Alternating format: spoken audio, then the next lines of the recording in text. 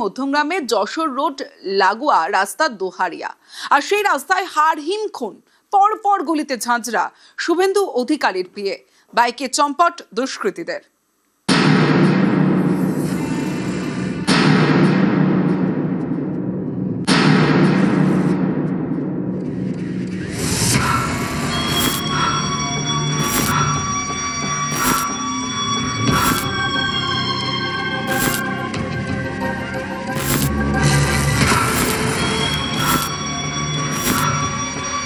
চন্দ্রনাথ রথ শুভেন্দু অধিকারীর পিয়ে।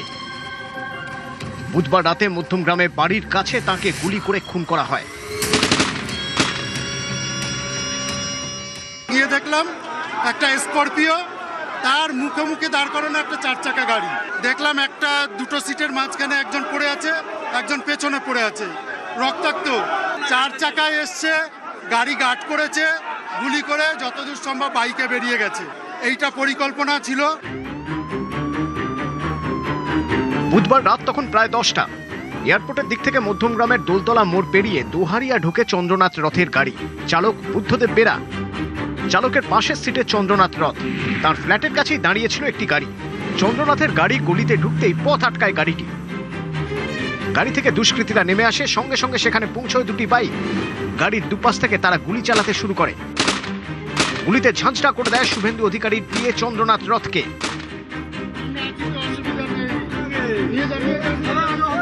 1 মিনিটের অপারেশন। শুভেন্দু অধিকারীর পিএকে খুন করে বাইকে পালায় দুষ্কৃতীরা।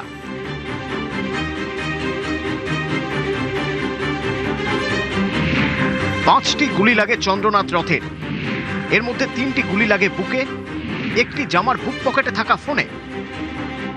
গোটা প্রসেসটার মধ্যে ম্যাজিস্ট্রেট ইনকোয়েস্ট করা হয়েছে এবং গোটাটাই ভিডিওগ্রাফির আন্ডারে করা হয়েছে অ্যাজ পার দ্য প্রোটোকল এবং as per the request from the police department. নিয়ম মাফিক বডির ভিসেরা, বিভিন্ন রকমের যত ভিসেরা হয় সেই ভিসেরাগুলো প্রিজার্ভ করেছি এবং সেটা পুলিশের কাছে আমরা হস্তান্তর করেছি, যাতে সেটা সেন্ট্রাল ফরেন্সিক ল্যাবরেটরিতে ওনাদের অনুযায়ী যেটা সেন্ট্রাল ফরেন্সিক ল্যাবরেটরিতে পাঠানো হবে। এখানে এই ক্ষেত্রে এক্সরে করা হয়েছে যে যেহেতু একটা গানশট ইঞ্জিন, গানশটের কোথায় বুলেটস আছে এক্স্যাক্টলি সেটাকেও আইডেন্টিফাই করার জন্য এক্সরেটা এই ক্ষেত্রে করা হয়েছে। বডির অভ্যন্তরে ছিল।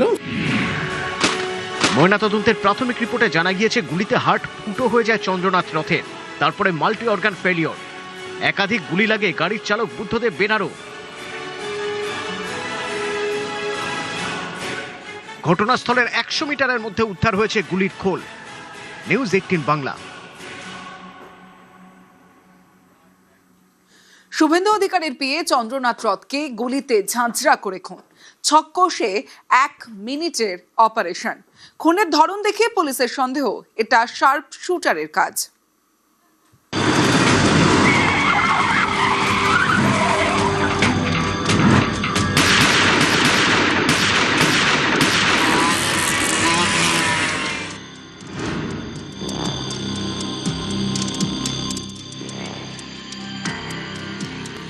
বুধবার রাত মধ্যমগ্রামে ছক কষে 1 মিনিটের অপারেশন।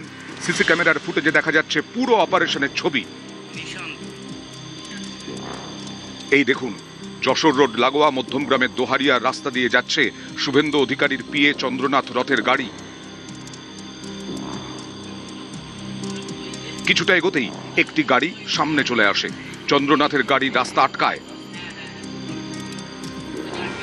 পুলিশের সন্দেহ পেছন পেছনেই 2 দুষ্কৃতী যায় বাইকে।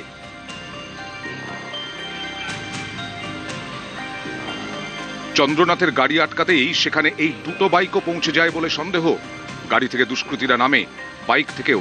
এরপরেই চন্দ্রনাথের গাড়ির দুদিক থেকে পরপর গুলি। গাড়িতেই লুটিয়ে পড়েন শুভেন্দু অধিকারীর পিএ। 1 মিনিটে এই অপারেশন শেষ। গাড়ি ফেলে রেখে বাইকে চম্পট দেয় দুষ্কৃতীরা।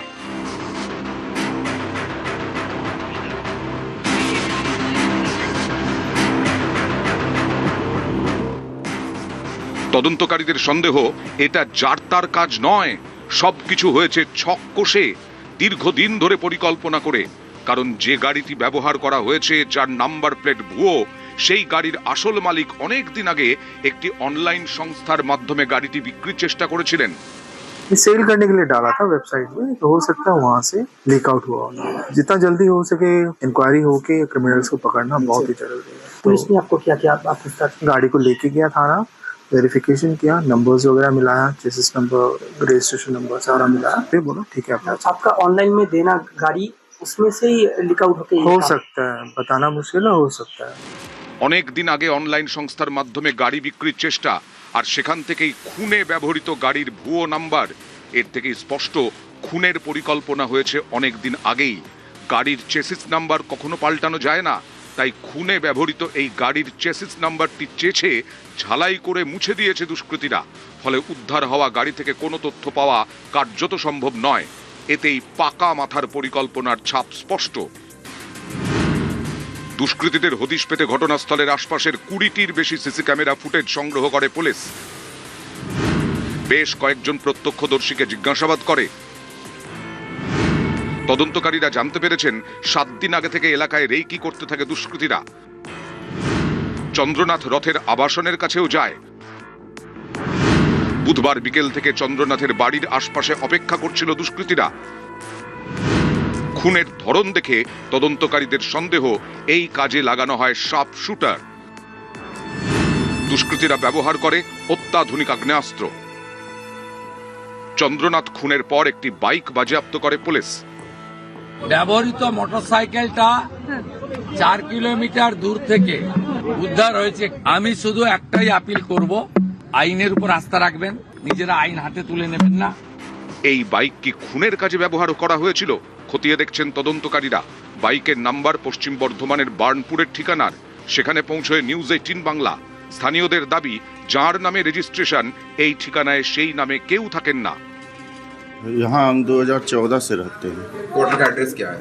ABG 7 का 12 गुरुद्वारा। आपका गाड़ी है कोई? गाड़ी मेरे पास जो है वो WB 38AC 4485 मेरा है। हाँ, जो ये हम तो 2013 में लिए हैं। विकास भट्टाचार्य बोल के कोई यहाँ पे रहता था? ना कोई नहीं। कभी किसी को बाइक बिक्री की है आप? ना हम नहीं बाइक की। इस क्वार्टर के एड्रेस पे कभी कोई बाइक लिए आपको ऐसा कुछ नॉलेज है? ना कोई नहीं। विभास कुमार भट्टाचार्य को आप जानते हैं? नहीं जानते। নিউজ 18 বাংলা। শুভেন্দু অধিকারীর পিএ চন্দ্রনাথ রথ ছোট থেকেই মেধাবী, শান্ত। সেই যুবকের এমন পরিণতি মানতে পারছে না চণ্ডীপুর। মা চাইছেন দোষীদের যাবজ্জীবন।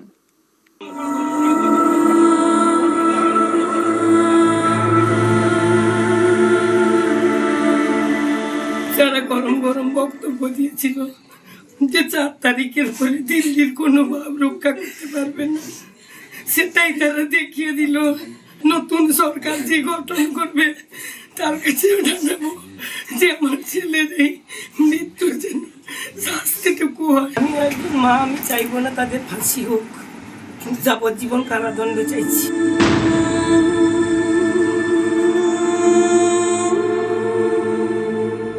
ছেলের মৃত্যুতে শোকে পাথর মা। পূর্ব মেদিনীপুরের চণ্ডীপুরের কুলুপ গ্রামে হাহাকার, শোকস্তব্ধ গোটা গ্রাম।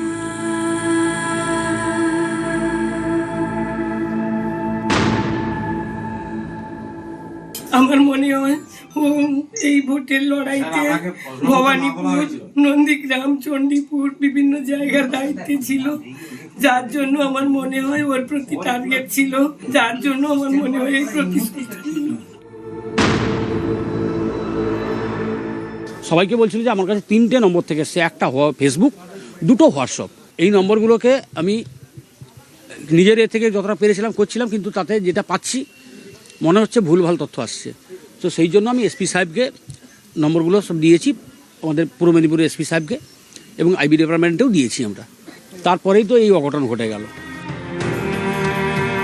চোখের জল সামলাতে পারছেন না চন্দ্রনাথের অঙ্কের শিক্ষকের মেয়ে। ভাই দিদির সম্পর্ক ছিল, সেই ভাইকে গুলিতে ঝাঁঝরা করে খুন।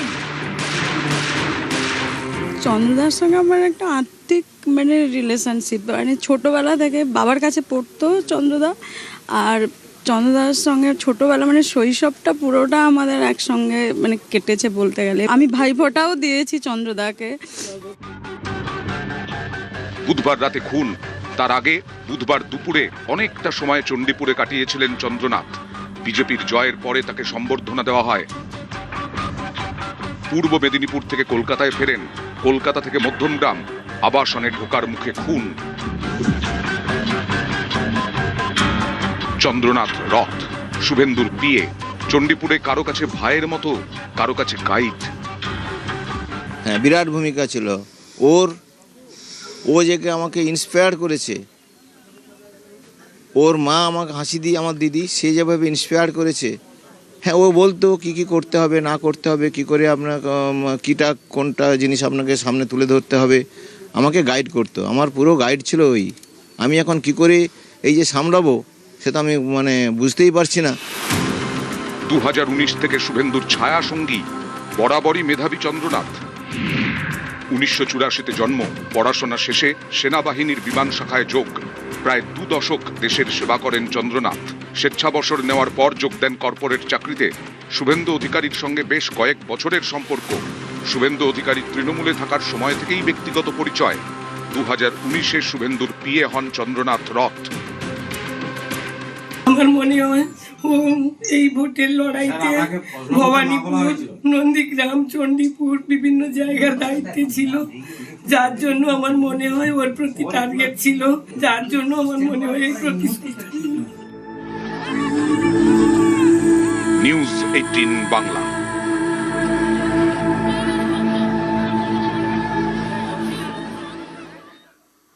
শুভেন্দু অধিকারীর পিএকে খুন, বিস্ফোরক অভিযোগ শুভেন্দু অধিকারীর। ভবানীপুরে জেতায় আত্মসহায়ক খুন, বিরোধী দলনেতার পিএ হওয়ায় চন্দ্রনাথকে খুন। চাঞ্চল্যকর অভিযোগ শুভেন্দু অধিকারীর। এই মর্মান্তিক পরিকল্পিত ঠান্ডা মাথায় সুপারি কিলারদেরকে ভাড়া করে এনে বিরোধী দলনেতার সরকারি এক্সিকিউটিভ অ্যাসিস্ট্যান্টকে এবং তার গাড়ির চালককে যেভাবে নৃশংসভাবে গুলি চালানো হয়েছে, তাতে এক্স সার্ভিসম্যান চন্দ্রকান্ত রথকে আমাদের হারাতে হয়েছে, যিনি 10 বছর এয়ারফোর্সে দেশ মাতৃকার জন্য সার্ভিস দিয়েছেন।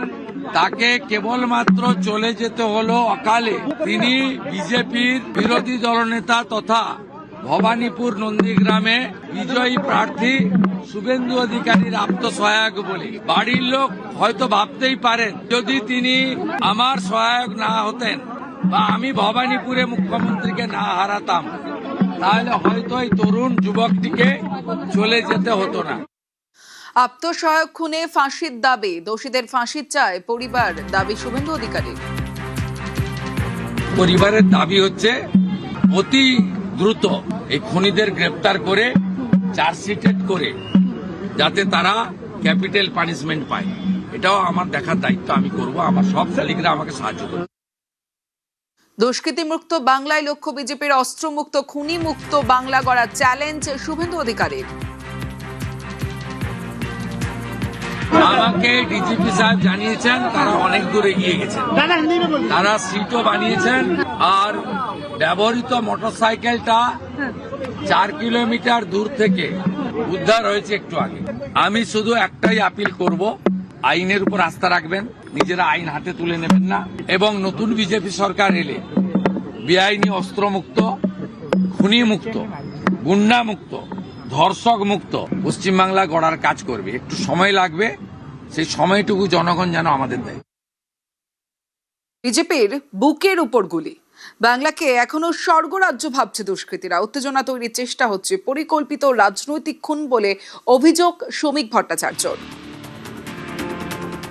কালকের ঘটনা প্রমাণ করে দিল পশ্চিমবঙ্গের এই মুহূর্তে আইন শৃঙ্খলার স্থিতি কোথায় দাঁড়িয়ে আছে। অপরাধীরা মনে করছে এটা স্বর্গরাজ্য। বারাসত মধ্যমগ্রাম সীমান্তের থেকে খুব একটা বেশি দূরে নয়।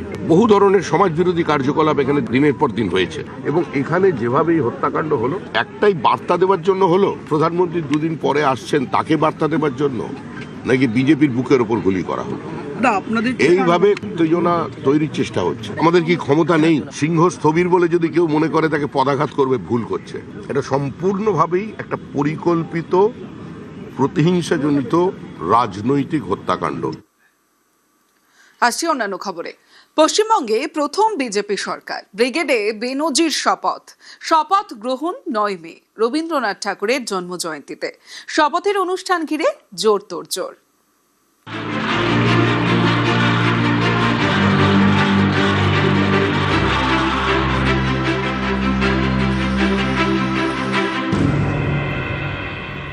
बंगाल में जहां जहां गया हूं, बंगाल के लोगों का जो मैंने मिजाज देखा है, मैं इस विश्वास के साथ वापस जा रहा हूं, बीजेपी के शपथ ग्रहण समारोह में मुझे आना ही है।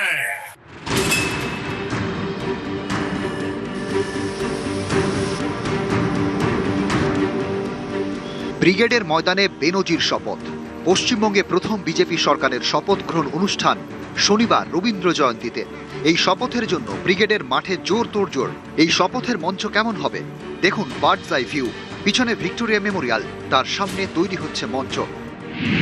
শপথের দিন মাঠে থাকবে 3টি হ্যাঙ্গার, চারিদিকে মেটাল ডিটেক্টর বসানো অন্তত 20টি গেট। মাঝের হ্যাঙ্গারে শপথ পাঠ করাবেন রাজ্যপাল। দুদিকে 2টি হ্যাঙ্গারে বসবেন আমন্ত্রিতরা। মাঝের হ্যাঙ্গারটিতে থাকবে 3টি অংশ। মাঝখানে শপথ গ্রহণ করাবেন রাজ্যপাল। একদিকে থাকবেন প্রধানমন্ত্রী, স্বরাষ্ট্রমন্ত্রী সহ বিশিষ্ট অতিথিরা, আরেক দিকে থাকবেন মন্ত্রিসভার সদস্যরা। অন্তত 10,000 অতিথির বসার ব্যবস্থা করা হয়েছে। ব্রিগেড চত্বরে মোতায়েন করা হবে প্রায় 4,000 পুলিশ। স্টেট পুলিশ থাকবে, বাইরে কিছু কিছু জায়গাতে থাকবে যেখানে এরকম স্ট্র্যাটেজিক আছে জায়গা যেখান থেকে লোক আসবে। এটা পুরোটাই সরকারি কার্যক্রম।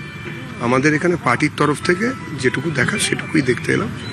ব্যবস্থা মোটামুটি আশা করি ভালোই হবে। পশ্চিমবঙ্গের প্রথম বাঙালির সরকার, জনতার সরকার, পশ্চিমবঙ্গবাসীর সরকার। বিজেপির বিধায়করা নিশ্চয়ই এই সরকার চালাবেন, কিন্তু বাকি ক্ষেত্রে তো এটা মানুষের সরকার পশ্চিমবঙ্গে। বিজেপি সরকারের শপথেও থাকছে বাঙালিয়ানা। ব্রিগেডের ময়দানে থাকবে ঝালমুড়ি, রসগোল্লা এবং সন্দেশের স্টল। বাজানো হবে রবীন্দ্রসঙ্গীত এবং বাউল গান, হবে ছৌ নাচ। শপথ গ্রহণের মঞ্চ এবং মাঠ জুড়ে থাকবে মনীষীদের ছবি। বাঙালি বানা এখানে তুলে ধরা হবে। বহিরাগত করে ছিটিয়েছে, তো সেটা বাংলার মানুষ দেখতে পাবে যে আমরা বাঙালি, বাংলা নিয়েই আছি। নিউজ 18 বাংলা। শনিবার শপথ, শুক্রবার মুখ্যমন্ত্রীর নাম। আজ রাতেই কলকাতায় অমিত শাহ, রাতেই শাহী বৈঠকে শ্রমিক ও শুভেন্দু। আগামীকাল বিজেপির পরিষদীয় নেতা নির্বাচন। শাহর উপস্থিতিতে মুখ্যমন্ত্রীর নামে শিলমোহর। শনিবার ব্রিগেডে নতুন সরকারের শপথে প্রধানমন্ত্রী নরেন্দ্র মোদী।